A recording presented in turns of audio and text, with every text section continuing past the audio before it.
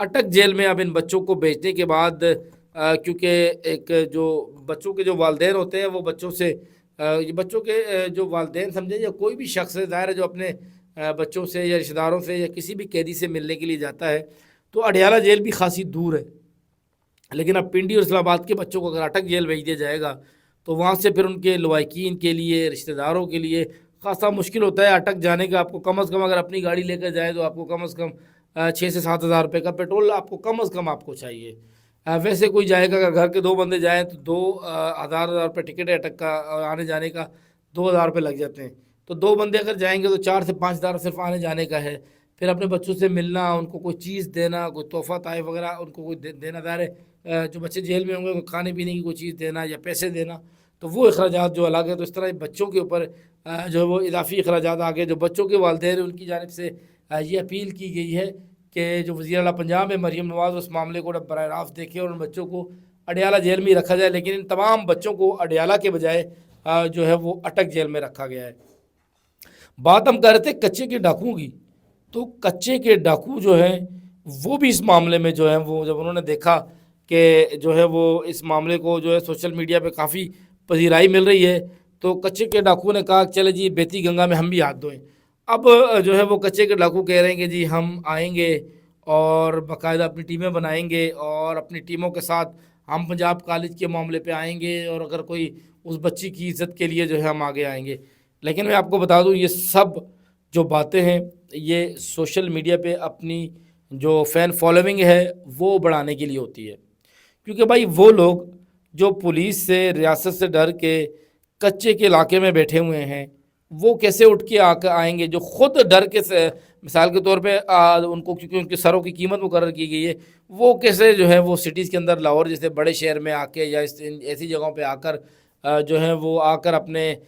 جو ہے وہ کسی کی جگہ بدلا لیں گے۔ تو یہ بڑا مشکل ہے، یہ صرف ہمارے لوگ بھی جو جذباتی ہوتے ہیں۔ کافی سارے ہمارے جو ویورز ہیں ان کے میسیجز ہمیں آئے تھے کہ شاید ان کے حوالے سے بتائیں کہ انہوں نے جو ہے وہ کہا ہے کہ وہ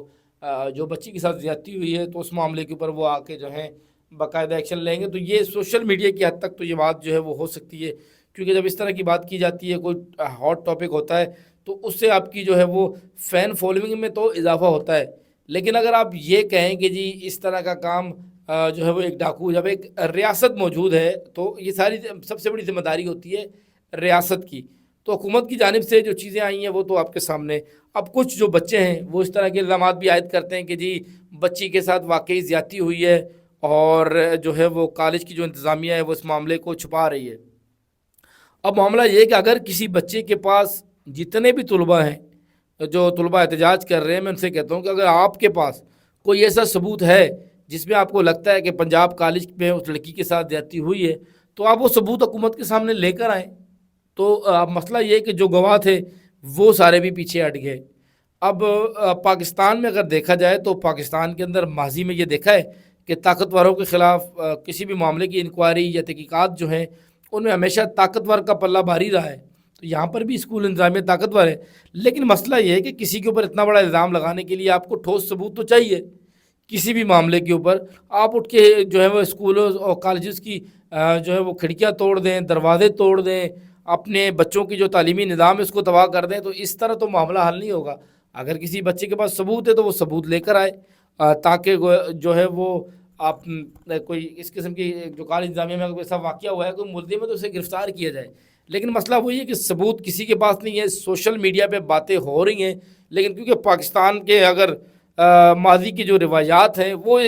ایسی ہیں، اگر حکومت کی جانب سے بر وقت لوگوں کے اوپر ہاتھ ڈالا جائے، پاکستان کے اندر جو تگڑے لوگ ہیں مافیا ہیں ان کے اوپر ہاتھ ڈالا جائے اور غریب جرم کرے تو اس کو سزا ہوتی ہے، امیر کو سزا نہیں ہوتی، ان چیزوں کا جو کانسیپٹ ہے اسے چینج کرنا پڑے گا ہمیں جب کوئی امیر کام کرے گا اسے بھی سزا دیں۔ جب اس طرح کی مثالیں معاشرے میں قائم ہوں گی تو پھر لوگوں کا حکومت کے اوپر اعتماد ہوگا، اور جتنے بھی طاقتور لوگ ہیں ان کے اوپر جو ریاست کے جو عوام ہیں ان کا اعتماد قائم ہوگا۔ اعتماد جب تک اعتماد قائم نہیں ہوگا اس وقت تک تو جو ہے وہ لوگوں کو یقین نہیں ہوتا۔ بعض دفعہ حکومت سچ بھی کہہ رہی ہوتی ہے، لیکن جو لیک آف کانفیڈنس ہے اس کی وجہ سے پاکستان میں حالات خراب ہو جاتے ہیں۔ تو یہ تھی تمام تر صورتحال کچے کے ڈاکو کے بارے سے بھی ہم نے آپ کو بتایا۔ اس کے علاوہ ہم نے آپ کو یہ بھی بتایا کہ جو تحقیقات ہوئی ہیں پنجاب کالج کے حوالے سے اس کا کیا رزلٹ آیا۔ بہت شکریہ۔ محمد ظریف کو دیجیے گا اجازت۔ اللہ حافظ۔